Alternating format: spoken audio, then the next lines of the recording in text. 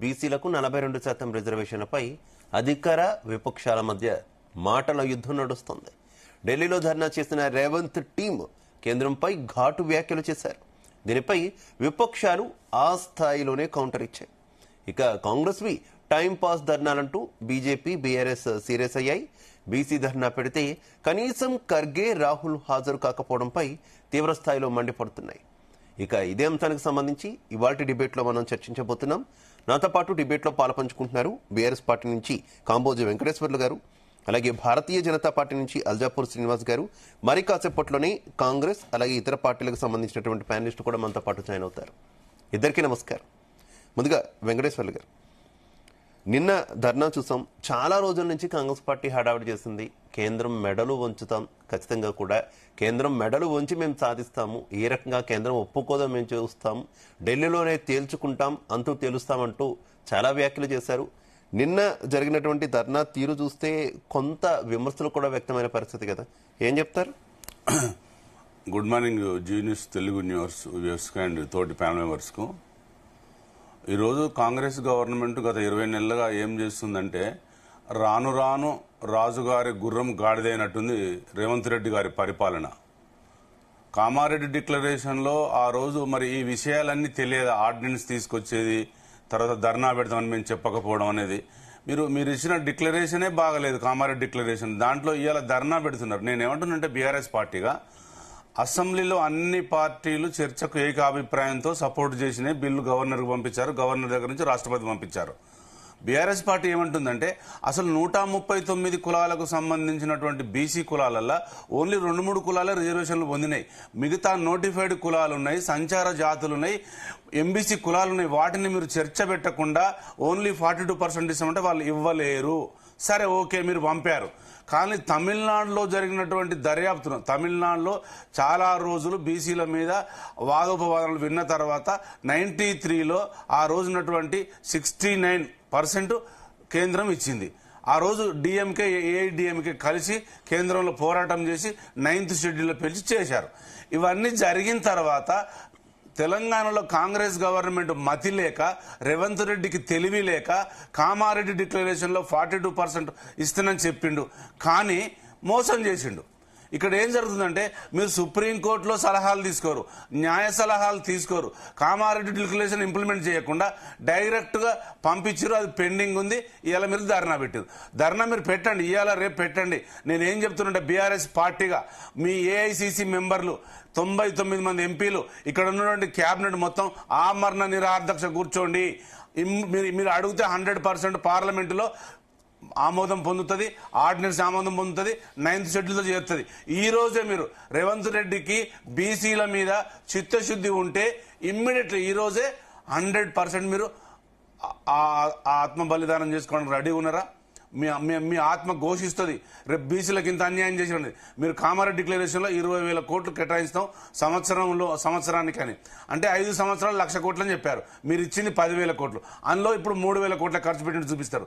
ఇలా మొత్తం రాబోయే కాలంలో ఎలక్షన్ల స్టంట్లోనే రేవంత్ రెడ్డి గారు జంతర్ మంతర్ దగ్గర డొమ్మక్కలు చేస్తాడు, అంత జిమ్మిక్కులు చేస్తాడు తప్ప అక్కడ ఏం చేసింది ఏం లేదు. ఇవాళ బీఆర్ఎస్ పార్టీ ఆ రోజే 2014-15లోనే 37% బీసీలకు కావాలని ఆర్ కృష్ణయ్య గారిని, మందకృష్ణ గారిని తీసుకెళ్లి అసెంబ్లీలో బిల్లు పాస్ చేసి మేము కేంద్రాన్ని పంపిస్తే అదే పెండింగ్ ఉంది.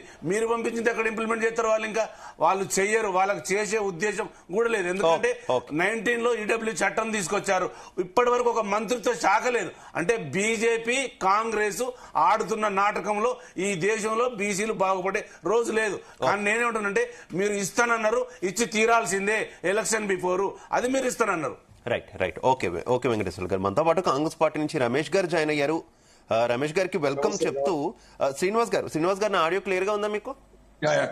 శ్రీనివాస్ గారు, నిన్న ముఖ్యమంత్రి రేవంత్ రెడ్డి ఆధ్వర్యంలో ఢిల్లీలో జరిగినటువంటి కాంగ్రెస్ పార్టీ ధర్నా చూశారు. ముఖ్యమంత్రి ప్రసంగంలో కూడా నేరుగా టార్గెట్ ప్రధానమంత్రి మోదీగానే ఎక్కువగా కంటిన్యూ అయినటువంటి పరిస్థితి. అవసరమైతే గద్దెను దించుతామంటూ కూడా మోదీ మీద కొంత ఘాటుగానే వ్యాఖ్యలు చేసిన సిచ్యువేషన్ కూడా చూస్తాం. ఏం చెప్తారు నిన్న కాంగ్రెస్ పార్టీ చేసినటువంటి నిరసనకు సంబంధించి? నమస్కారం. కాంగ్రెస్ పార్టీకి తెలియదా అండి జాతీయ party Congress party all India కమిటీకి వాళ్ళకి తెలియదా? 42% బీసీ డిక్లరేషన్ సాధ్యం కాదు. రాష్ట్రంలో కాంగ్రెస్ పార్టీ వచ్చినా కేంద్రంలో అధికారం లేకుంటే మేము ఇవ్వలేము. 9th షెడ్యూల్ చేర్చాలన్నా కానీ అనేక దాంట్లో కండిషన్స్ ఉంటాయి. దాని యొక్క ఆ పరిస్థితులను బట్టి ఆ రాష్ట్రాల్లో ఉన్నటువంటి పరిస్థితిని బట్టి స్టడీ చేసి దాని తర్వాత 9th షెడ్యూల్ చేర్చే అవకాశం ఉంది.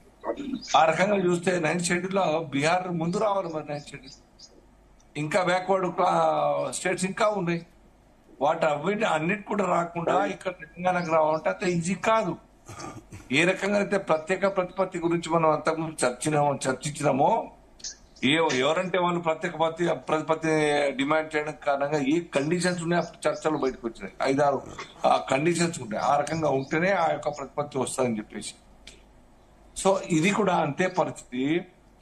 మీకు తెలిసి కూడాను మోసం చేయాలని ఉద్దేశపూర్వకంగా చేసినట్టు ప్రామిస్ అది కామన్ డిక్లరేషన్. మోర్ ఓవర్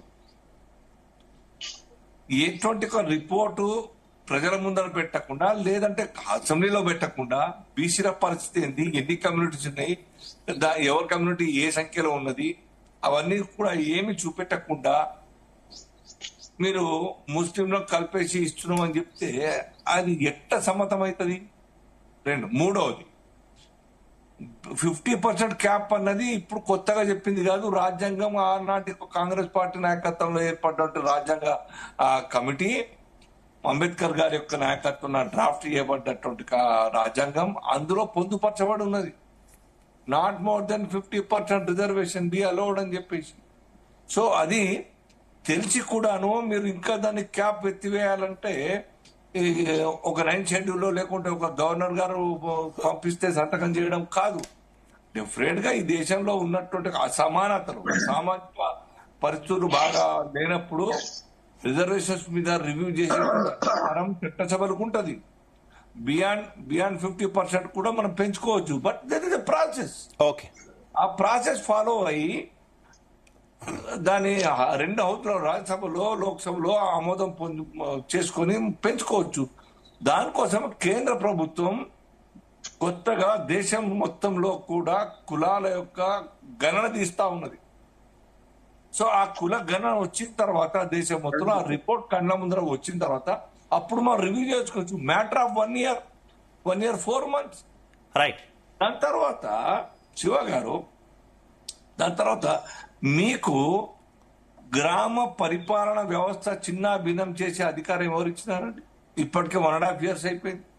గ్రామ పంచాయతీలకు సర్పంచులు లేక, జిల్లా పరిషత్లకు మెంబర్లు లేక, ఇవన్నీ కూడా అస్తవ్యస్తం అవుతా ఉన్నది. ఆ హక్కును మీకు ఎవరు ఇచ్చినారు?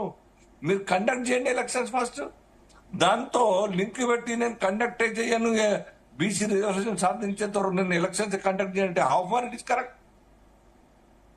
ఇది అన్యాయం కదా. Okay, got your point Srinivas garu. మనం కాంగ్రెస్ పార్టీ వెర్షన్ కూడా విందాం. ఇది వినేలోపు మనతో పాటు ప్రముఖ విశ్లేషకులు కోటేశ్వరరావు గారు జాయిన్ అయ్యారు. కోటేశ్వర గారికి వెల్కమ్ చెప్తూ, రమేష్ గారి ఆడియో క్లియర్ గా ఉందా మీకు? క్లియర్ ఉందండి. క్లియర్. రమేష్ గారు, చాలా రోజులుగా ఢిల్లీలో ధర్నాకు సంబంధించి చాలా హైపే తీసుకొచ్చింది కాంగ్రెస్ పార్టీ. ఢిల్లీలో కేంద్ర ప్రభుత్వం మెడలు ఎలా అయినా ఉంచుతామంటూ కూడా ప్రకటనలు కూడా గుప్పించినటువంటి పరిస్థితి.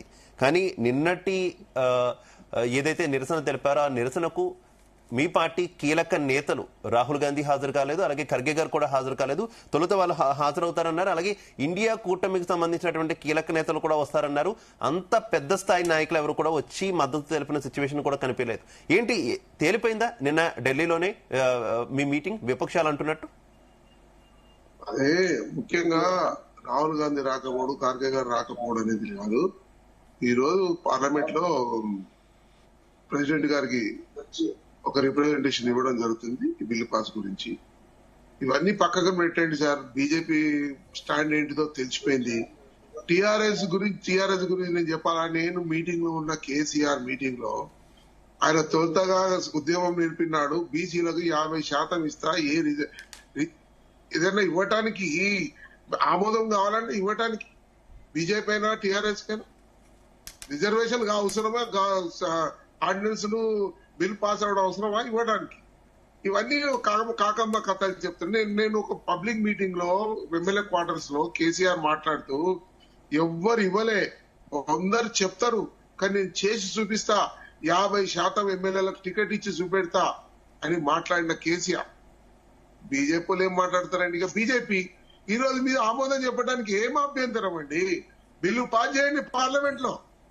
మీ దగ్గర చిత్తశుద్ధి లేక ఇవన్నీ ఒక రాహుల్ గాంధీ నేతృత్వంలో ఈ రోజు జరుగుతున్న పరిణామం ఒక్కటే.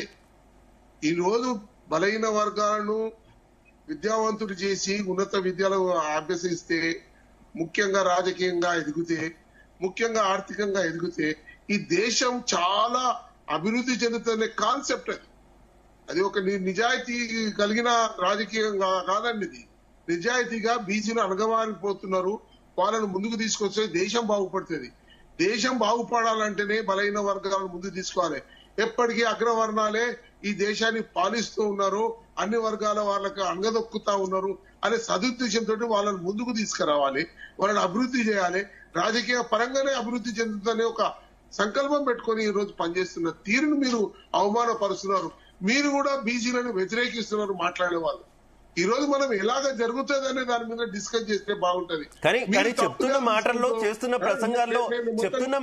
చేస్తున్న ప్రసంగాల్లో ఉన్నటువంటి చిత్తశుద్ధి చేతల్లో లేదు, చేతల్లో ఎక్కడా కనబడట్లేదు.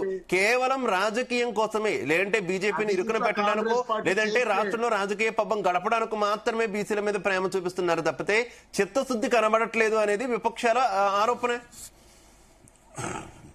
నేను ఒకటి చెప్పాలండి, ఈ రోజు ఇట్లా కాంగ్రెస్ పార్టీ ఆ తప్పిదా చేస్తే కాంగ్రెస్ పునాదులు లేకపోతే అటువంటి తప్పు చేయదు. రాహుల్ గాంధీ నిజాయితీగా ఒక నిజాయితీ పరుడు రాజ్యం అయితే ఎట్లుంటో ఆయన చేసి చూపిస్తాడు. కానీ నిజంగా ఆయన అంత నిజాయితీ పరుడు ఉండే నిస్వార్థ సేవకుడు, ఆయన ప్రజల సేవకుడు. అటువంటి మహానాయకుని ఉద్దేశం ఈ రోజు బలహీన వర్గాలు కానీ, ఎస్సీలు కానీ, ఎస్టీలు కానీ ఈ రోజు రాజ్యం ఏలాలనే ఒక సంకల్పం పెట్టుకునే ఖార్గే గారిని ప్రెసిడెంట్ చేసిండ్రు. ఈ రోజు ఎటువంటి ముఖ్యంగా మీరు ఆలోచించాల్సిన అవసరం ఉన్నది. ఆయన నిజాయితీగా నేను ప్రధానమంత్రి కావాలని ఎన్నడో అయిపోతుంది. మన్మోహన్ సింగ్ లాంటి వాడు, పివి నరసింహరావు లాంటి వాడు ఎంతో మందిని ఆయన మేధావులను తీసుకొచ్చి ముంగడ పెట్టి, ఈ రోజు నేను చెప్తున్నాను, మీరు కూడా దీనికి ఏకీభవించగా మీ పార్టీ అధినేతలు అవన్నీ పక్కగా పెట్టా. మీకేమో చాలా బాధ కలుగుతా ఉంది, సర్పంచులు లేక, జెడ్పీటీసీ లేక, చైర్మన్ లేక. ఈ రోజు పక్కకు పెట్టండి, మేము కూడా 50% టికెట్ ఇస్తామని డిక్లేర్ ఇవ్వాలండి. 50% అందరు కూర్చొని ఏకాభిప్రాయం తీసుకోండి. బిల్లులు పాస్ కావాలని నమ్మకం మీకు లేకపోతే అందరు రౌండ్ టేబుల్ కూర్చొని మేము కూడా 50 టికెట్ ఈ కాన్స్టిట్యూన్సీలలో పెట్టుకుందాం, ఈ కాన్స్టిట్యూన్సీలో చేద్దామనేది మనం చేయాలా? చేయాలని ఉద్దేశమే లేదు. బీజేపీ ఎట్లా చెడిపోవాలి, ఎట్లా పేరుకొస్తారు, కాంగ్రెస్ పార్టీ రాహుల్ గాంధీ పేరుకొస్తాడనే భయంతో మాట్లాడుతున్న తీరు మీది. నిజాయితీగా ఉంటే ఈయన రిజర్వేషన్ కు మద్దతు ఇవ్వాలి. కానీ వచ్చింది స్వాతంత్రం రాకపోవడానికి కారణం ఇన్నేళ్లు మన దేశం, భారతదేశంలో ఇంగ్లీషులు పాలించడానికి కారణం మన వాళ్ళే. ఇటువంటి రకంగానే వాళ్ళకు ప్రోత్సహించి వాళ్ళకు సపోర్ట్ ఇచ్చింది. ఈ రోజు మనం అందరం ఏకాభిప్రాయంతో ఈ దేశ అభివృద్ధి కోసం పాటుపడే రాహుల్ గాంధీ గారి గురించి మనం మద్దతు తెలిపి ఎలా చేస్తే బాగుంటుందనే మంచి ఉద్దేశంతో మాట్లాడాలండి. తప్పులు తీయడం తప్పిదాన్ని కాదు. ఇది పోదు అంటే మీ మనసులో తెలిసిపోయింది. అరే కాంగ్రెస్ పార్టీ తప్పు చేస్తే పునాదులు లేచిపోతాయి. ఇటువంటి మాట అండి, కాంగ్రెస్ పార్టీ అన్నది నిలబెడుతుంది. ఈ రోజు వరకు ఏ మాట కూడా తప్పిదా జరగలేదు చరిత్ర మీకు తెలిసి చూడండి. మేము డొగ్గ తిరుగులు మోడీ గారు చెప్పినట్టు బ్లాక్ మనీ తీసుకొచ్చి అందరికి పంచుతాము, ఏమేమో చెప్తారు, ఒక్కటి కూడా ఎవరికి చెందలే. మా కేసీఆర్ అయితే చెట్ల మీద ఓకే రమేష్ గారు, కోటేశ్వర గారిని ఆడియో క్లియర్ గా ఉందా? కోటేశ్వర గారిని ఆడియో క్లియర్ గా ఉందా మీకు? కోటేశ్వర గారు, చూసాం ఇప్పుడు ప్యానలిస్టులు మాట్లాడిందంతా కూడా మీరు చూసారు. అలాగే పార్టీల కీలక నేతలు చేసినటువంటి విమర్శలు, ప్రతి విమర్శలు కూడా మీరు చూసినటువంటి పరిస్థితి. బీసీల రాజకీయం ఢిల్లీ చేరింది, మళ్ళీ ఢిల్లీ నుంచి గల్లీకి చేరినటువంటి పరిస్థితి. రేవంత్ రెడ్డి గారు స్పష్టం చేశారు, ఇంకా మళ్ళీ మేము ఢిల్లీకి రాము, గల్లీలోనే తేల్చుకుంటాము మీరు గనక ఇవ్వకపోతే అని. ఏ రకంగా చూస్తారు దీన్ని? మీ విశ్లేషణ ఏంటి? ఇది రాజకీయ అంశం అనుకోవాలా, నిజంగా చిత్తశుద్ధి కాంగ్రెస్ కనిపిస్తుందా? ఇప్పుడు బీసీల రిజర్వేషన్ గురించి కాంగ్రెస్ వాగ్దానం చేసినప్పుడు కానీ, తర్వాత దాన్ని అసెంబ్లీలో పెట్టి చర్చ లేదా తీర్మానం, బిల్లులు పాస్ చేసినప్పుడు కానీ 3 పార్టీలకి ఆ సమస్యలో ఉన్నటువంటి ఇబ్బంది ఏమిటో లేకపోతే కీలకమైనటువంటి పీఠముడు ఏమిటనేటువంటిది ఈ మూడు పార్టీలకి తెలుసు. నా అభిప్రాయం ఏంటంటే మూడు పార్టీలు ఎవరి గేమ్ వారు ఆడుతున్నారు అనేటువంటిది నేను ఈ సందర్భంగా చెప్పదలుచుకున్నాను.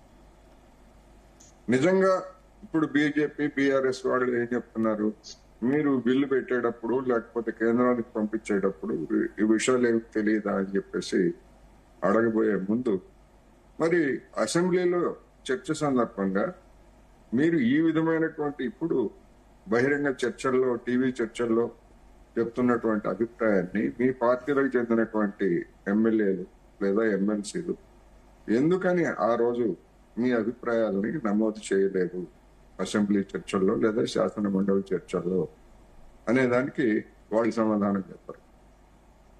మరి సుప్రీంకోర్టు తీర్పు లేకపోతే రాజ్యాంగపరమైనటువంటి ఇబ్బందులు ఉన్నటువంటి సమయంలో దానికి అవసరమైనటువంటి ముందస్తు మథనం గాని లేదా ముందస్తు వ్యూహం గాని అటువంటిది ఏమీ లేకుండా మరి కాంగ్రెస్ పార్టీ ఎందుకు ఈ విషయాలన్నీ కాంగ్రెస్ పెద్దలకు తెలియదా, ముఖ్యమంత్రికి తెలియదా, లేకపోతే అధిష్టాన వర్గానికి తెలియదా, ఎవరికి తెలియదు? అందరికీ అన్ని విషయాలు తెలుసు. ఎవరి గేమ్ వాళ్ళు ఆడుతున్నారు. అందరూ బీసీలని ఈ విధంగా ఫుట్బాల్ లాగా 3 స్తంభాల ఆట, వాళ్ళు ఒకవైపు తంతారు, వీళ్ళు ఒకవైపు తంతారు, ఇంకొకళ్ళు ఇంకోవైపు తన్నట్టుగా పరిస్థితి ఇప్పుడు ఉన్నది. అయితే ఇక్కడ పార్టీలు లేకపోతే పార్టీ వ్యూహాలని పక్కన పెట్టేట్లయితే అసెంబ్లీ పంపించినటువంటి బిల్లు రాష్ట్రపతి లేకపోతే ఆర్డినెన్స్ గవర్నర్ దగ్గర ఉన్నది. వాళ్ళు పార్టీలకు సంబంధించినటువంటి వ్యక్తులు కాదు. వ్యక్తులు కానప్పుడు పార్టీ రాజకీయాల్లో భాగంగా వాళ్ళ దగ్గరకు వచ్చినటువంటి ఆర్డినెన్స్ ను తిరస్కరించడమో చేయాలి గవర్నరు, లేదా రాష్ట్రపతి తన దగ్గరకు వచ్చినటువంటి బిల్లును తిరస్కరించడమో ఆమోదించడమో చేయాలి. అలా చేయకుండా కనీసం వెనక్కి తిప్పి పంపించాలి. సుప్రీంకోర్టులో కూడా దాని మీద వివాదం తలెత్తినటువంటి అంశం తెలిసిందే కదా. రాష్ట్రపతితో సహా ఎవరికైనా కానీ నిర్దిష్టమైనటువంటి సమయంలో దాన్ని డిస్పోజ్ చేయాలి. మీరు ఆమోదిస్తారా తిరస్కరిస్తారా ఏదో ఒకటి చేయాలనేటువంటిది చెప్పినప్పుడు ఆ స్ఫూర్తిని మరి ఈ రాజ్యాంగ వ్యవస్థలను పరిరక్షించేటువంటి గవర్నరు రాష్ట్రపతి ఎందుకని పాటించట్లేదు అనేటువంటిది ఇవాళ ప్రధానమైనటువంటి సమస్య. అందుకని రాజకీయ పార్టీలు ఆడుతున్నటువంటి గేమ్ లో రాజ్యాంగ వ్యవస్థలను పరిరక్షించేటువంటి గవర్నర్లు రాష్ట్రపతులు కూడా భాగస్వాములు కావడం అనేది ఇవాళ తెలంగాణలో నెలకొన్నటువంటి ఈ వివాదానికి ఒక విషాదమైనటువంటి పరిస్థితి అనేది మనం అర్థం చేసుకోండి.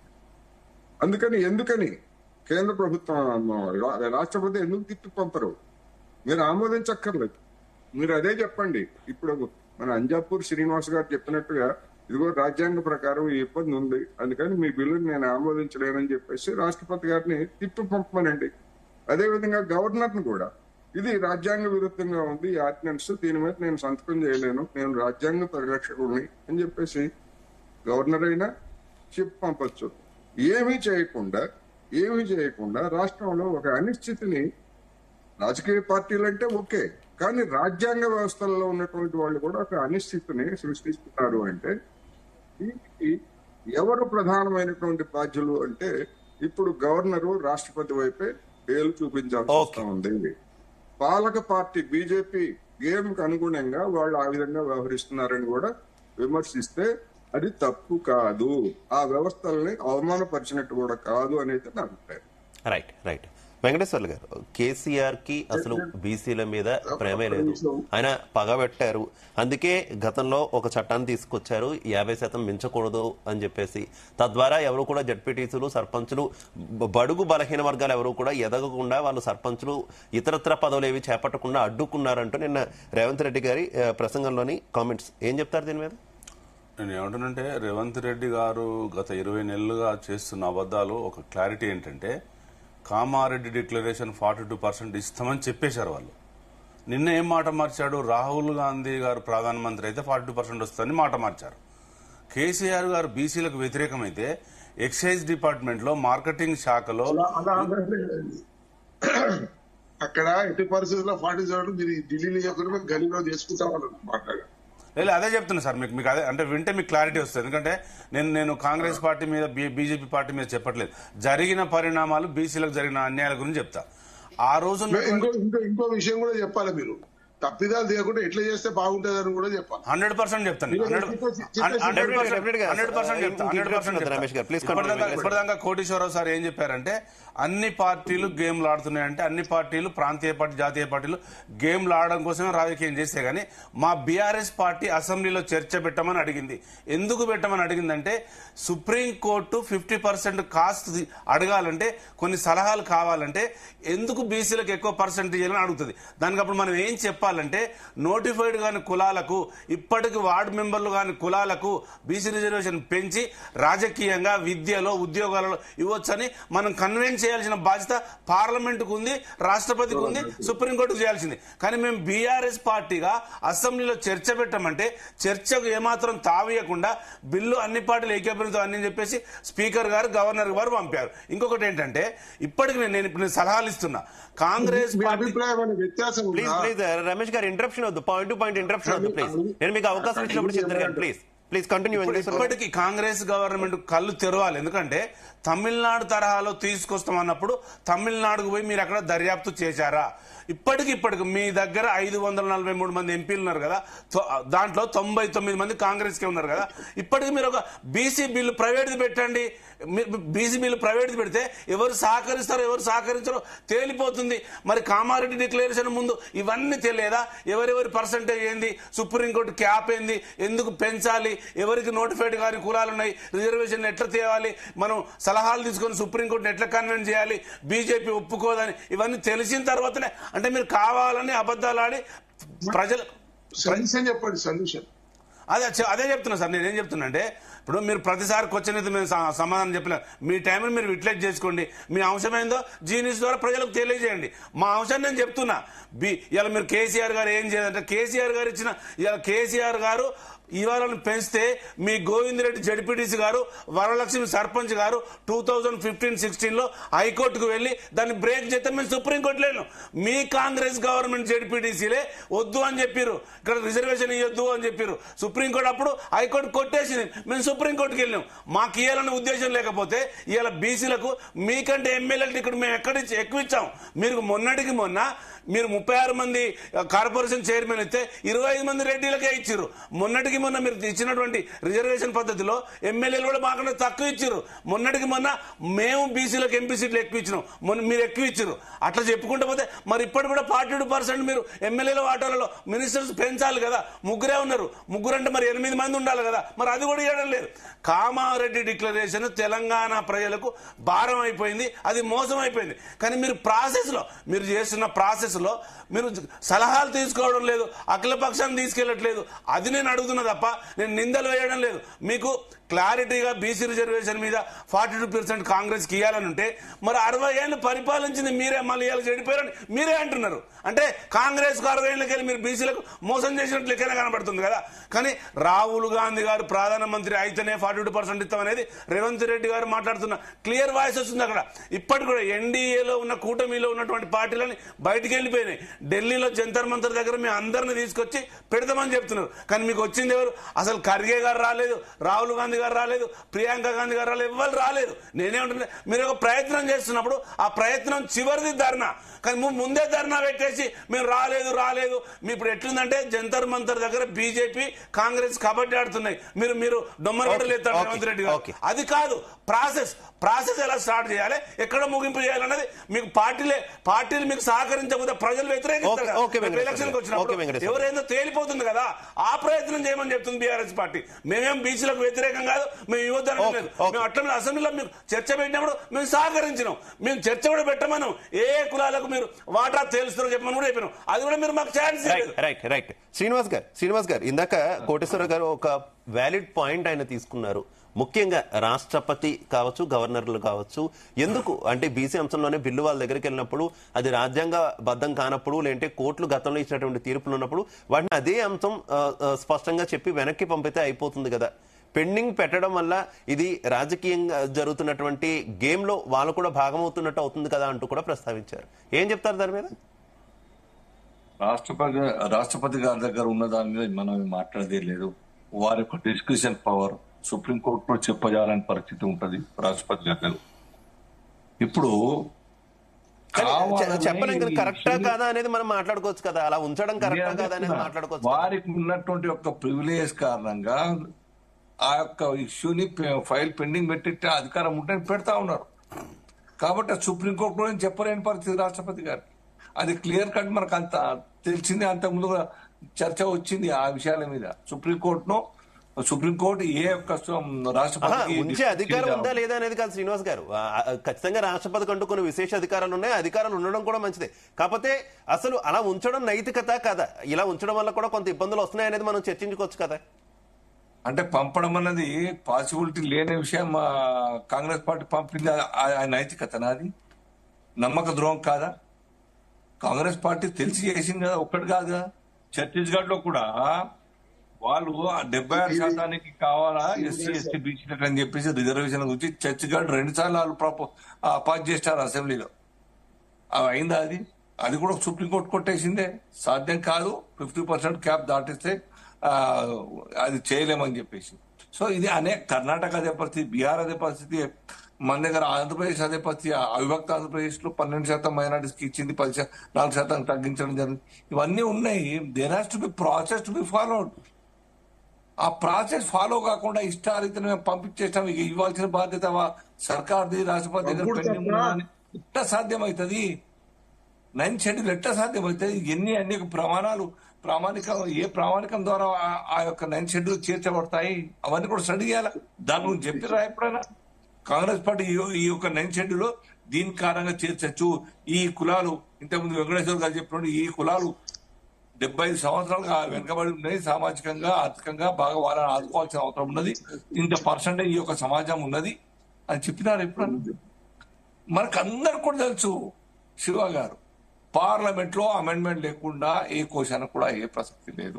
9th షెడ్యూల్ చేర్చాలన్నా కూడా దానికి ఆర్గ్యుమెంట్ ముందర పెట్టండి, లాజికల్ ఆర్గ్యుమెంట్. అది లేదు.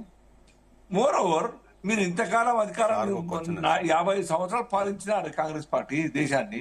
ఇంతకాలంగా ఎందుకు చేయలేదు? మొన్న 10 సంవత్సరాలు కదా, 14 వరకు మీరే కదా, ఎందుకు చేయలేదు? అప్పటికి ఇప్పుడు వెంకటేశ్వర్లు గారు మిమ్మల్ని ఏదో క్వశ్చన్ అడుగుతారంట, ఒక్కసారి బీఆర్ఎస్ నుంచి ఒక్కసారి వినండి. శ్రీనివాస్ సార్, ఒక మాట ఏంటంటే 13-14లో ఆర్ కృష్ణ గారు సుప్రీంకోర్టులో ఒక కేసు వేశారు సార్. దాంట్లో 3rd పేజీలో ఏమిచ్చారంటే, ఏమన్నా ఉంటే పార్లమెంటు ద్వారా 50% పెంచుకోవడానికి ఉంటే దాన్ని మేము సవరిస్తాము, చేస్తామని చెప్పారు. కానీ ఇక్కడ ఉన్న ఏ గవర్నమెంట్ లో ఆ ప్రాతిపాదిక మీద సుప్రీంకోర్టుకు వెళ్లడం లేదు, ఆ న్యాయ సలహాలు తీసుకోవడం లేదు. అది క్లియర్ ఉన్నది. ఇప్పుడు ఎస్సీ ఎస్టీల గురించి లేదా అండి? పరిస్థితిని బట్టి, సంఖ్యను బట్టి వారు ఎంత సంఖ్యనో అంత పెంచుకునే అధికారం వాళ్ళకు స్టేట్ గవర్నమెంట్స్ కున్నది. మేము అదే చెప్తున్నాం, పార్లమెంట్ లోనే పాసిబుల్ అవుతుంది. పార్లమెంట్ కావాలంటే ఈ యొక్క కాంగ్రెస్ పార్టీ ప్రపోజల్ ని దేశంలోని అన్ని రాష్ట్రాలు సపోర్ట్ చేయాలి. ఎంపీలు ఎందుకు సపోర్ట్ చేస్తలేరు? ఎందుకంటే వాళ్ళ రాష్ట్రాల్లో కూడా బీసీలకు పెరగాలి. మరి అరే, కేవలం తెలంగాణ కోసం నేను సపోర్ట్ చేసే పరిస్థితి అయితే నా రాష్ట్రంలో, నా కాన్స్టిట్యూన్స్ లో అడుగుతారు కదా, మా బీసీల సంఖ్య తెలంగాణ కోసం మీరు సపోర్ట్ చేసినారు, మరి మా సంగతి ఏంది? మా రాష్ట్రంలో బీసీలు పెంచడానికి మీరు ఎందుకు మాట్లాడతారు? వాళ్ళని అడగారా ఎమ్మెల్యేని, ఎంపీలే అనుకోండి. సో ఈ యొక్క టెక్నికల్ ఇష్యూస్ బాధ్యత మొత్తం కూడా ప్రజలు గుర్తు చేస్తారు అక్కడ. రమేష్ గారు ఇప్పుడు ఇటు వెంకటేశ్వర్లు గారు అడిగినా, అటు శ్రీనివాస్ గారు అడిగినా, రమేష్ గారు ఒకటే అడుగుతున్నారు, దీన్ని జాతీయ స్థాయిలో ఎందుకు తీసుకురావట్లేదు? ముఖ్యంగా పార్లమెంట్ లో ఒక ప్రైవేట్ బిల్లు ఎందుకు పెట్టట్లేదు? మీ పార్టీ ఎంపీలంతా లేదంటే ఇండియా కూటమి నేతలంతా కలిసి దీనికోసం ఎందుకు పోరాటం చేయట్లేదు? ఈ తరహా అడుగుతున్నటువంటి పరిస్థితి కేవలం ఒక రాష్ట్రానికి ఎందుకు పరిమితం చేస్తున్నారు? నిన్న రాహుల్ గాంధీ గారు కూడా ట్వీట్ చేస్తూ ఇది కేవలం తెలంగాణకే పరిమితం కాదు, దేశవ్యాప్తంగా కూడా రిజర్వేషన్ అమలు కావాలన్నారు. కానీ ఆ దిశగా ఎందుకు చర్యలు తీసుకోవట్లేదు? మీరు ఆ దిశగా ఎందుకు చర్యలు తీసుకోవట్లేదు? రమేష్ గారు చెప్తారు. ఆ రాష్ట్రాల ఎంపీలు కూడా డిమాండ్ చేస్తారు మాకు కూడా కావాలని చెప్పేసి. అప్పుడు ఏమంటారు Congress party? Right okay Ramesh గారు చెప్తారు. రమేష్ గారు కంటిన్యూ. బీజేపీ క్లారిటీగా చెప్పింది, మా ప్రాంతంలో ఉన్న ఎంపీలు ఎమ్మెల్యేలు ఆబ్జెక్షన్ చేస్తారని, వాళ్ళకి ప్రాబ్లం ఉంటదని.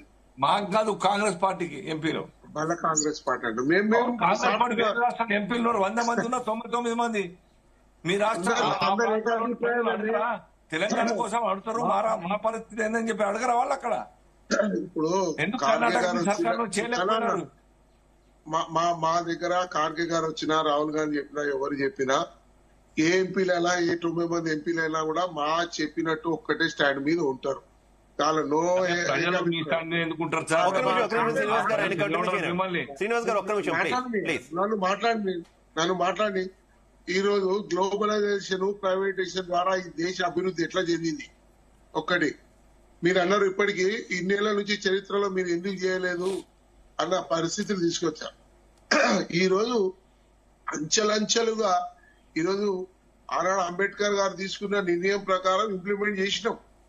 ఈ రోజు రాను రాను వస్తున్న పరిణామాలను బట్టి బలైన వర్గాలను కూడా అభివృద్ధి చెందితే ఈ దేశం అభివృద్ధి చెందుతుంది అనే ఒక కోణం నుంచి ఈ రోజు ఎంత కంప్యూటర్ యుగం వచ్చింది.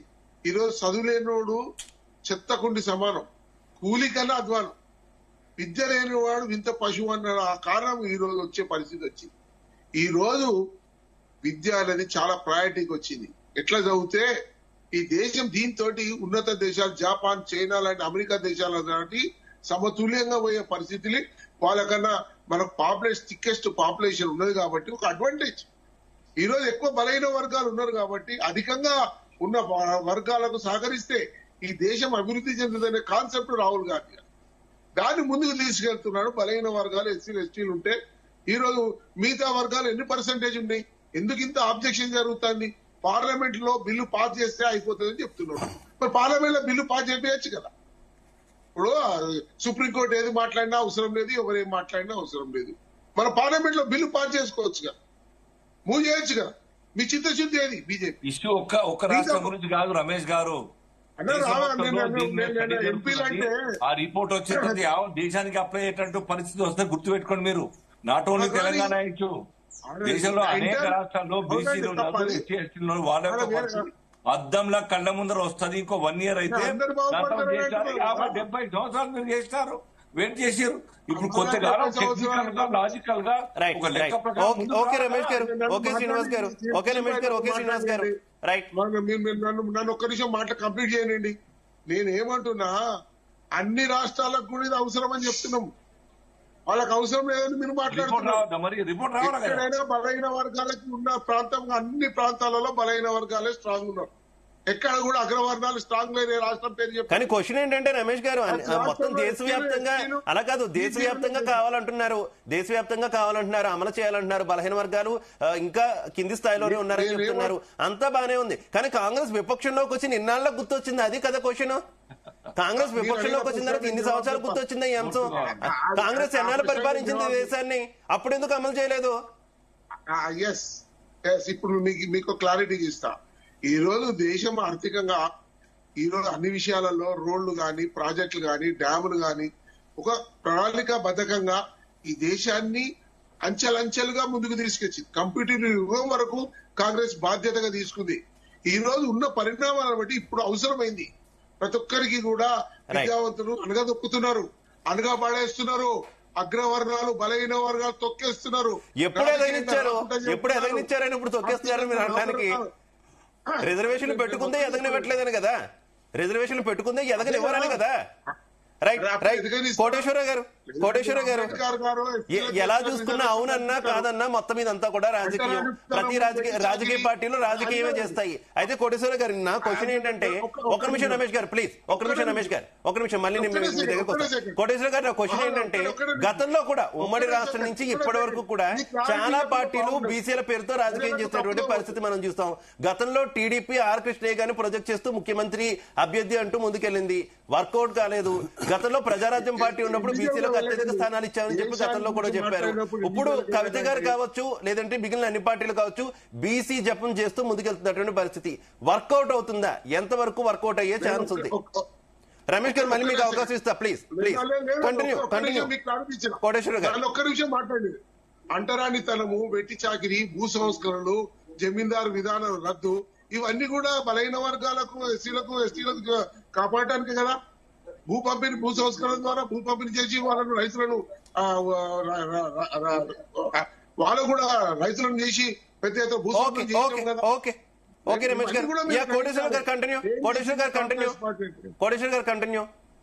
ఇప్పుడు నేనేమంటున్నానంటే దీర్ఘకాలం అధికారంలో ఉన్నటువంటి కాంగ్రెస్ ఎందుకు చేయలేదు అని విమర్శిస్తున్నారు. అది వాస్తవం, దాన్ని ఏమి ఎవరు కాదనడానికి లేదు. రాహుల్ గాంధీ కూడా మా వాళ్ళు గతంలో తప్పు చేశారు, నేను ఇప్పుడు దాన్ని సరి చేస్తాను, మేము అధికారానికి వస్తే అని చెప్పారు. ఓకే, నేనేమంటున్నానంటే ఈ విషయంలో మన అల్జాపూర్ శ్రీనివాస్ గారు లాయర్ కనుక ఆ భాషలో చెప్పాలంటే A1 కాంగ్రెస్, A2 బీజేపీ. ఎందుకని కాంగ్రెస్ తర్వాత ఎక్కువ కాలం అధికారంలో కేంద్రంలో ఉన్నటువంటిది బీజేపీ. మరి A2 సంగతి కూడా మనం చెప్పుకోవాలి. నేను ఎందుకు చెప్తున్నాను ఈ అంటే మరి A1 A2 రెండు ఇతరు దాదాపు ఈక్వల్ గానే ఉంటారు కదా. ఇక్కడ బీసీల పట్ల చిత్తశుద్ధి కనుక ఉండేట్లయితే వెంకటేశ్వర గారు కూడా చెప్పాలి. ఇప్పుడు మీరు చెప్పినటువంటి ప్రాసెస్ మీ హయాంలో కేసీఆర్ ఎందుకని అటువంటి ప్రయత్నం చేయలేదు అనే దానికి మీ దగ్గర సమాధానం ఉందా అంటే లేదు అని నేను గట్టిగా చెప్తున్నాను. అటువంటి ప్రాసెస్ మీరు చేయలేదు ఒకటి. ఇప్పుడు చెప్తున్నారు, మీరు చెప్పడం తప్పని కాదు, మీరు ఎందుకు చేయలేదు అనేటువంటి ప్రశ్న. రెండోది, బీజేపీకి సంబంధించి ఈ విషయం వాళ్ళ నితీష్ కుమార్ దగ్గర మొదలైంది, తర్వాత మిగతా రాష్ట్రాల్లో కూడా వచ్చిన మాట వాస్తవం. మరి దీనికి సంబంధించి అత్యధిక రాష్ట్రాల్లో మేమే అధికారం ఉన్నాము, డబుల్ ఇంజన్ సర్కార్లు ఇవన్నీ చెప్తున్నటువంటి వాళ్ళు మరి మీ ప్రాంతాల్లో ఉన్నటువంటి బీసీలకు న్యాయం చేయడానికి మీరు ఒక ప్రధానమైనటువంటి ఎజెండాగా మీరు ఎందుకు తీసుకోలేదు అనే దానికి బీజేపీ సమాధానం చెప్పాలి. అసలు కుల గణన చేయడానికే వ్యతిరేకించింది. చివరికి అనివార్యమైనటువంటి పరిస్థితుల్లో మేము తీసుకొస్తామని చెప్పేసి చెప్తున్నారు. ఓకే, చేయండి, అది ఎప్పుడో వస్తుంది. ఓకే, నేనేమంటానంటే బీసీలకు సంబంధించి రోహిణి కమిషన్ ను వేశారు. ఆ రోహిణి కమిషన్ నివేదిక 2017లో రోహిణి కమిషన్ వేస్తే, నాకున్న గుర్తున్నంత వరకు 17లో వేస్తే 2023లో నివేదిక ఇచ్చారు. ఇది 2025. ఇంతవరకు ఆ రోహిణి కమిషన్ నివేదికని కేంద్ర బీజేపీ ప్రభుత్వము ఆమోదించిందా, తిరస్కరించిందా? ఎందుకని 2 సంవత్సరాలుగా దాన్ని తీసుకెళ్లి గోడౌన్ లో పడేశారు అనే దానికి మరి చిత్తశుద్ధి గురించి మనం అన్ని చెప్పుకుంటాం. ఓకే, కాంగ్రెస్ కి చిత్తశుద్ధి లేదు, అమలు జరపలేదు, బీఆర్ఎస్ కి చిత్తశుద్ధి లేదు, ఇంకోటి చేయలేదు. మరి బీజేపీ నివేదిక ఇచ్చినటువంటి దాన్ని ఎందుకు బయట పెట్టలేదు? 2023 నుంచి దాన్ని ఎందుకు చర్చ చేయలేదు అనే దానికి సమాధానం ఉందా? అందులో ఏముంది? అనఫిషియల్ గా వచ్చినటువంటి సమాచారం ప్రకారం ఓబీసీ 27% 3 కేటగిరీలుగా దాన్ని విభజించమని చెప్పింది. ఎందుకని విభజించమని చెప్పిందని అంటున్నారు. ఎందుకంటే 2 land classes, non land classes. ఓబీసీలో భూమి కలిగినటువంటి వాళ్ళు, భూమి లేనటువంటి వాళ్ళు. భూమి కలిగినటువంటి వాళ్ళు 90% వరకు ఆ రిజర్వ్డ్ పోస్టుల్ని ఉద్యోగ, ఉపాధి లేదా విద్యా అవకాశాల్లో పొందారు. అందుకని ఇది తీవ్రమైనటువంటి అసమానతకు దారితీసింది అనేటువంటిది వచ్చినటువంటి వార్తలు. దానిలో నిజం ఉందా లేకపోతే కొంచెం అతిశయక్తి ఉందా, వాటి జోలికి నేను ఎళ్ళదలుచుకోవాలి. ఎందుకని నరేంద్ర మోడీ సర్కార్ ఆ రోహిణి కమిషన్ నివేదికను బయట పెట్టడం, ఇది సమస్య. అందుకని చిత్తశుద్ధి అనేటువంటిది ఎక్కడ ఉంది? మరి మళ్ళా కేంద్ర ప్రభుత్వం వైపునే చూపాల్సి వస్తుంది. రాష్ట్రపతి గారికి విచక్షణాధికారం ఉంది, ఎంతకాలం అయినా పెట్టుకుంటారు. 5 ఏళ్ల వరకు పదవి కాలం ఉంటుంది కనుక 5 ఏళ్లు ఉంటారు, తర్వాత తీసుకెళ్లి పడేస్తారు. ఈ కబుర్లు కాదు కదా. ప్రధానమంత్రి నిర్ణయించాల్సినటువంటి రోహిణి కమిషన్ నివేదికని ఎందుకు బయట పెట్టడం? దీనికి కూడా ఏమైనా ఉందా విచక్షణాధికారం? అట్లాంటిది ఏమైనా ఉందా? ఉంటే అదే చెప్పండి, మాకు విచక్షణాధికారం ఉంది, మేము రోహిణి కమిషన్ నివేదికని చెత్తబుట్టలో పడేసాం అని చెప్పండి, చిత్తశుద్ధి ఉంటే. అందుకని నేను అందుకే చెప్పా, 3 పార్టీలు ఎవరి స్థాయిలో వాళ్ళు చేయాల్సినటువంటి రాజకీయం చేస్తున్నాయి. సామాజిక న్యాయం మేరకు బీసీలు కోరుతున్నటువంటి దాన్ని చేయడానికి ఎవరికి చిత్తశుద్ధి కనిపించడం లేదు అనేది నేను చెప్పదలుచుకున్నటువంటి అంశం. అదే కోటేశ్వర్ గారు, నా క్వశ్చన్ కూడా ఇందాక అదే. రాజకీయ పార్టీలు రాజకీయమే చేస్తున్నాయి, కాకపోతే ఎవరు గెయిన్ అవుతారు? అసలు బీసీల రాజకీయంలో గతంలో మనం చూసుకుంటే లబ్ధి పొందినటువంటి పార్టీ ఏది కూడా తెలంగాణలో పెద్దగా కనిపించినటువంటి పరిస్థితి లేదు కదా. గెయిన్ వరకు వచ్చేసరికి ఇప్పుడు వీళ్ళన్నీ కూడా బీజేపీ వైపు చూపిస్తున్నాయి. సక్సెస్ అయిందనుకోవచ్చు కాంగ్రెస్ అయితే. నేను ఇందాక చెప్పా, రాజకీయ పార్టీల పాత్ర, రాజకీయ పార్టీల తప్పిదాలు, లేకపోతే వాళ్ళ వ్యూహాలు, ఎత్తువేళ్లు, అది ఒక ప్రైవేట్ అంశం, వేరేది. కానీ రాజ్యాంగబద్ధంగా ఉన్నటువంటి వ్యక్తులు దానిలో భాగం కావటం అనేటువంటిది కేంద్రంలో అధికారంలో ఉన్నటువంటి పార్టీకి డిసడ్వాంటేజ్. అయితే దీంతో మరి కాంగ్రెస్ పార్టీ ఏ మేరకు లబ్ధి పొందుతుంది ఏమిటి అనేటువంటి దానికి వచ్చేసరికి అనేక ఫ్యాక్టర్స్ ఉంటాయి. ఇది ఒక్కటే కాదు, ఇప్పటి వరకు అధికారంలోకి వచ్చినటువంటి పార్టీ పథకాలు అమలు కావచ్చు, లేదా వాగ్దానాలు అమలు కావచ్చు, వీటిలో ఉన్నటువంటి వైఫల్యాలు, లేదా ఇటువంటి ఆ పార్టీలో ఉన్నటువంటి రాజగోపాల్ రెడ్డి లాంటి వాళ్ళ పెట్టినటువంటి పితలాటకాలు వీళ్ళకు ఉన్నాయి. అదేవిధంగా కవిత పితలాటకం బీఆర్ఎస్ ఉంది, ఈటల రాజేందర్ వ్యవహారం బీజేపీకి ఉన్నది. ఇట్లాంటి తలనొప్పులన్నీ ప్రైవేట్ గా ఉన్నటువంటి మాట వాస్తవమే. గాని ఇవన్నీ వచ్చేసరికి అల్టిమేట్ గా రేపు సెప్టెంబర్ 30వ తారీఖు లోపల ఎన్నికలు జరిగితే ఏ పార్టీ ఎన్ని సీట్లు ఇస్తుంది అనేటువంటిది కూడా ఒక ప్రధానమైనటువంటి ఫ్యాక్టర్ గా పనిచేస్తుంది. నాకు అభిప్రాయం ప్రకారం 3 పార్టీలు కూడా 42% అభ్యర్థుల్ని నిలుపుతాయి. ఎందుకంటే ఆ విషయంలో వెనక్కి తగ్గితే ఆ పార్టీ సూసైడ్ చేసుకున్నట్టే. వెంకటేశ్వర్లు గారు కోటేశ్వర గారు ప్రస్తావించినట్టే, ఒక పక్క కవిత గారు కొత్తగా మీ పార్టీ ఎమ్మెల్సీ అవునో కాదో మీరే చెప్పాలి, ఆవిడ కూడా బీసీ నినాదం ఎత్తుకున్నారు. అటు భారతీయ జనతా పార్టీ ఇప్పటికే స్పష్టం చేసింది తెలంగాణలో ముఖ్యమంత్రి అభ్యర్థిగా ఇక బీసీనే ఉంటారని. ఇటు కాంగ్రెస్ చేస్తున్నటువంటి కామెంట్స్ కూడా చూస్తున్నారు, మేము 42% రిజర్వేషన్లు రాజ్యాంగబద్ధంగా అమలు కాకపోయినా పార్టీ పరంగా స్థానిక సంస్థల ఎన్నికల్లో ఇస్తామంటున్నారు. మీ చుట్టూ బీసీ రాజకీయమే జరుగుతుంది, ఏ రకంగా నెట్టుకు రాబోతున్నారు తెలంగాణలో? నేను ఏమంటున్నానంటే, అట్లా అనుకుంటే రేవంత్ రెడ్డి గారి ముఖ్యమంత్రి హోదాలో ఉండి బీసీల గురించి మాట్లాడుతున్నాడు. బీఆర్ఎస్ పార్టీలో జాగృతిగా ఎమ్మెల్సీగా ఉన్నది తెలంగాణ ఉద్యమకారాలుగా ఆమె బీసీల గురించి మాట్లాడుతుంది. కోటేశ్వరరావు గారు అన్న దాంట్లో నేను ఏమంటున్నానంటే, బీఆర్ఎస్ పార్టీ గత 10 సంవత్సరాల్లో ఈ స్థాయిలో పైరవలు చేసిందా బీసీల గురించి అంటే ఇంతకంటే ఎక్కువ చేయగలిగింది. ఎందుకంటే ఆ రోజు ఉన్నటువంటి 13-14 కొత్తగా తెలంగాణ ఫైబర్కేషన్ అయిన తర్వాత మనం చేయాల్సింది ఏంటంటే ఎస్సీల, ఎస్టీల, బీసీల మీద బిల్లులు పాస్ చేయించి కేంద్రానికి పంపితే అది పెండింగ్ ఉందంటే కేసీఆర్ గారు మన చేతిలో విత్తింది మన స్టేట్లో ఏముందనే దాని గురించి ఆలోచన చేసి ఇలా శ్వేత విప్లవం కానీ, హరిత విప్లవం కానీ, తర్వాత శ్వేత విప్లవం కానీ, ఇలా బర్లు కానీ ఒక జనరేషన్ మొత్తం అంటే యాజిటేషన్కు సంబంధించినటువంటి 60 ఏళ్ల స్వాతంత్ర ఉద్యమం తెలంగాణ ఉద్యమంలో 10-15 మంది ఒక జనరేషన్ అంటే 30-40 జనరేషన్ గ్యాప్ అవుతున్నాయని కనీసం ఫిల్ చేయాలని మార్కెట్ కమిటీలలో రిజర్వేషన్ ఇచ్చినాం, ఎక్సైజ్ డిపార్ట్మెంట్ లో రిజర్వేషన్ ఇచ్చినాం, దళిత బంధు తీసుకొచ్చాము, బీసీ బంధు తీసుకొచ్చాము, చేపలు ఇచ్చాము, గొర్రెలు ఇచ్చాము, చాకలులకు మంగళలకు సంబంధించిన దాంట్లో ఇస్త్రీ షాపులకు, మంగళ షాపులకు, బీసీలకు కరెంటు ఫ్రీ ఇచ్చాము.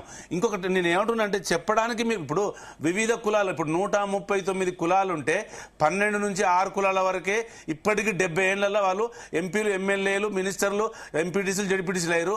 58 కులాలు ఇప్పటి వరకు వార్డు మెంబర్ కాని స్థాయిలో ఉన్నారు. అంటే ఇది ఎవరి నివారికము?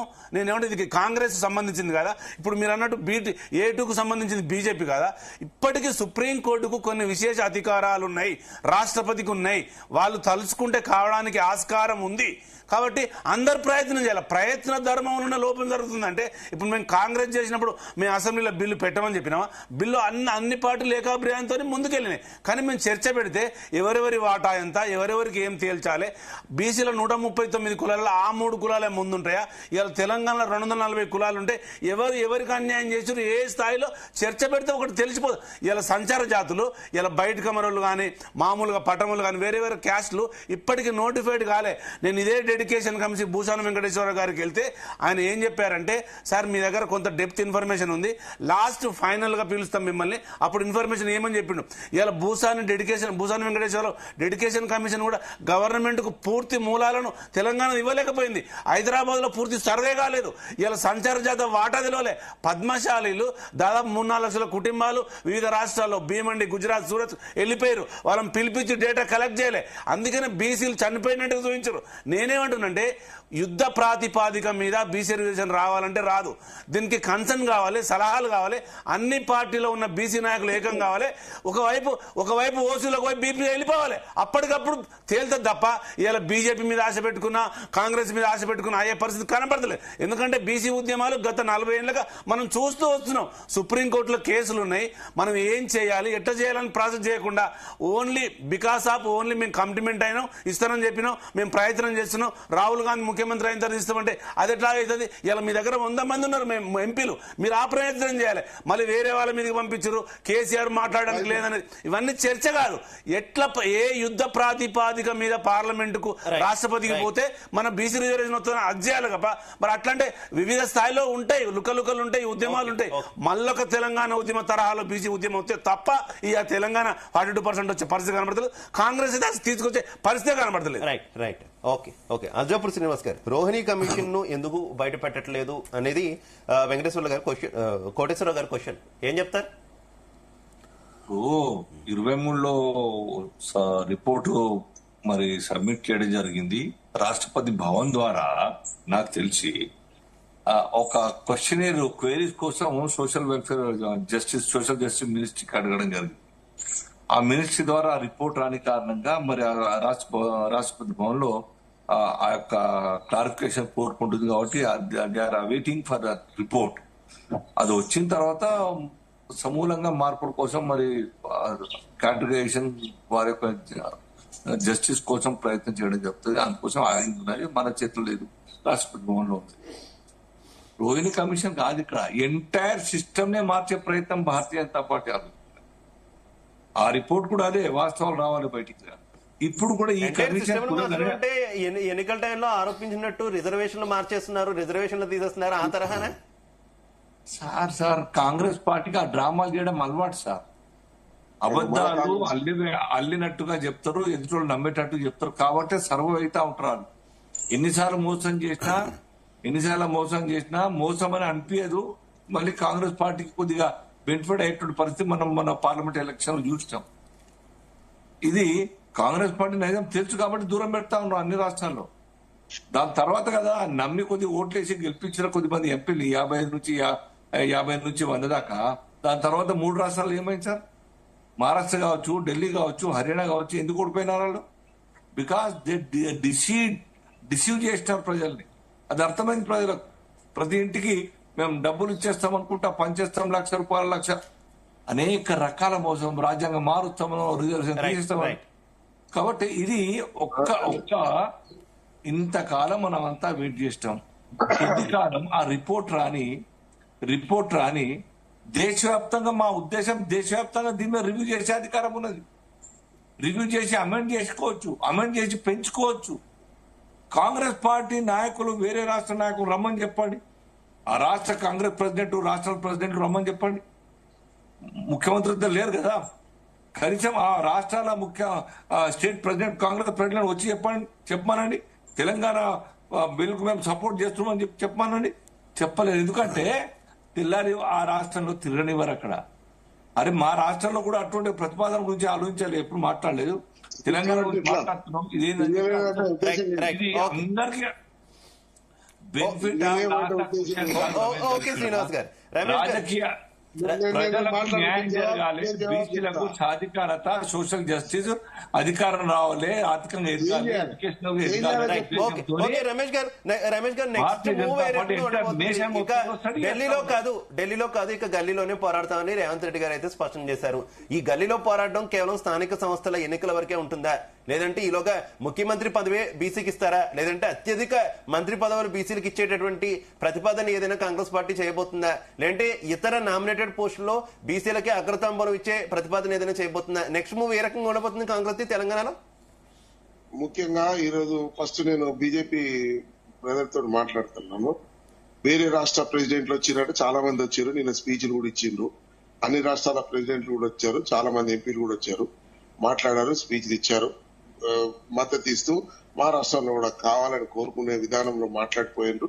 అదొకటి కాకుండా బిల్లు పాస్ చేయడానికి వీళ్ళకి అభ్యంతరం ఏంది అనే ప్రశ్న బీజేపీ వాళ్ళని అడుగుతున్నా. రెండోది, మా టీఆర్ఎస్ పార్టీ మిత్రుడు అడిగాడు, మా గొర్రెలు ఇచ్చినాం, బర్రెలు ఇచ్చినాం, అన్ని ఇచ్చినాం, ఇది ఇచ్చినాం అన్నాడు. నేను అడుగుతున్నా, విద్యా విధానాన్ని ఫస్ట్ పట్టించి ఇవాళ ఇంటర్మీడియట్ వాల్యుయేషన్ విషయంలో కానీ యూనివర్సిటీలలో కానీ కాంగ్రెస్ పార్టీలో అన్ని జిల్లాలకు ఒక యూనివర్సిటీ పెట్టి పెడితే అక్కడ ప్రొఫెసర్ లేరు, లెక్చరర్ లేరు. ఈ రోజు పూర్తి స్థాయిలో మీరు మంగళోడు మంగళ పని చేయండిరా, గొర్రెల కాపరోడు గొర్రెల పని చేయండిరా. అది కాదు సార్, అది కాదు, అది తప్పు సార్. ఆ స్థాయిలో ఒక జనరేషన్ పోయింది. చదువుకోవాలంటే అట్లా మహాత్మా జ్యోతిరావు పూలే స్కాలర్షిప్ ఇచ్చినాం బీసీలకు. మీరు ఏం చెప్పేది మీరు తప్పు చెప్పదు. మీరు ప్రజలను తప్పుదోవ పట్టి దయచేసి జ్యోతిరావు పూలే స్కాలర్షిప్ మీరు ఒక మాట రమేష్ సార్ మీరు సమాధానం చెప్పండి. రమేష్ సార్ ఒక సమాధానం చెప్పండి. మంచి చర్చ మంచిగా పెట్టారు. నేనేమంటున్నానంటే గౌరవ్ కేసీఆర్ గారు విదేశీ విద్య కోసం జ్యోతిరావు పూలే స్కాలర్షిప్ తీసుకొస్తే 20 నెలలుగా మీరు ఎందుకు ఇవ్వడం లేదు? మీరు బర్రెలు ఇచ్చారు, గొర్రెలు ఇచ్చారు, అదే చేసుకోమంటే మిగిలిన జనరేషన్ చేసుకోమన్నాం. చదువుకునే పిల్లలు చేసుకోవద్దనట్లే. చదువుకునే వాళ్ళకు ఇలా 1200 మైనారిటీ బీసీ విద్య మీరు ఎందుకు ఒక మాట వినండి సార్, ఒక మాట వినండి. ఇవాళ SC ST BC minority Adarsh school ఎవరు పెట్టిర్రు? మీరు పెట్టిరా? 1200 గురుకులాలు మేము పెట్టినాం. మీరు దాంట్లో చదువుకుంటారు.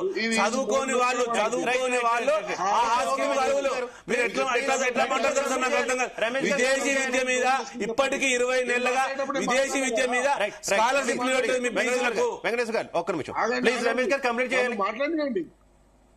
నేను ఏమంటున్నా, ఈ దేశ పరిస్థితులను బట్టి, ఆర్థికమైన పరిస్థితులను బట్టి ఈ రోజు రాజకీయంగా ఎదిగిన డబ్బున్న వాళ్ళకే టికెట్ ఇస్తున్నారు. అగ్రవర్ణాలకు పేదలున్న రెడ్లకి ఇస్తున్నారా, పేదలున్న బ్రాహ్మణులకు ఇస్తున్నారా, పేదలున్న వెలుమలకు ఇస్తున్నారా? ఈ రోజు మీరే కదా మళ్ళీ డబ్బున్నోడే వచ్చి రాజ్యం వేలే పరిస్థితి ఉంది కదా. మీరు రిజర్వేషన్లు పెట్టే పరిస్థితి దాని మీద గురించి మాట్లాడతారు. మీరు ఇప్పుడు ఉన్న వాళ్ళకైతే ఇచ్చులేదు కానీ ఆ రానోళ్ళ గురించి మాట్లాడుతున్నారు. బీసీలలో వాళ్ళకేం పదవి రాలేదు, వీళ్ళకేం పదవి రాలేదు. ఇది అవసరమైంది. అదే అవసరం సార్, అదే అవసరం. ఇలా సామాజిక న్యాయం అవసరం సార్. ఆ 3 కులాల ముందు ఉంటుంది. అదే అవసరం. ప్లీజ్ ప్లీజ్ అరే ఆగయా బాబు, నేను మాట్లాడినప్పుడు కంప్లీట్ చేయండి. రమేష్ గారు మన టైం తక్కువ ఉంది. ప్లీజ్ కంప్లీట్ చేయండి. నేను అనేది ఏంటంటే ఒక్కొక్కరి తర్వాత ఒక స్టెప్ తర్వాత ఇంకో స్టెప్ ఉంటది.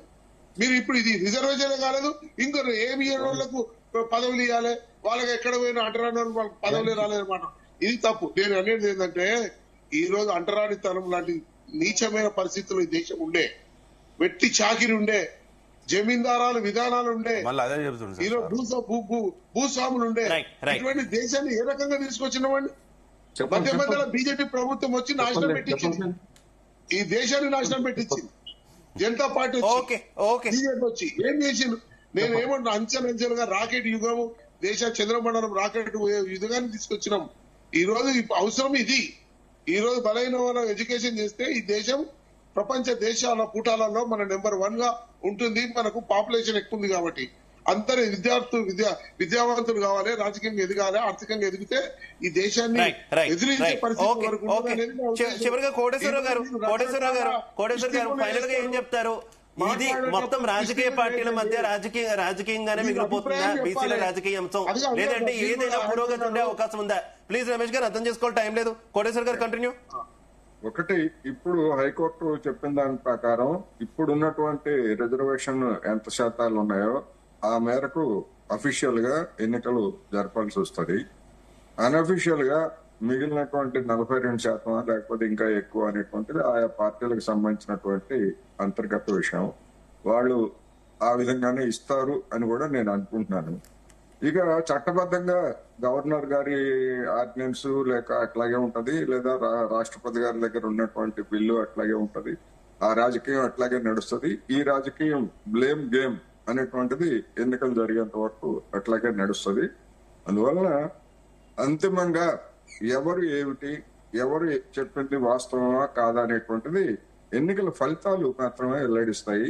ఎన్నికల ప్రక్రియ ప్రారంభం అయిన తర్వాత దానికి సంబంధించినటువంటి అంశాలు మరోసారి చర్చించుకోవచ్చు. అప్పటి వరకు ఈ బ్లేమ్ గేమ్ సాగుతూనే ఉంటుంది.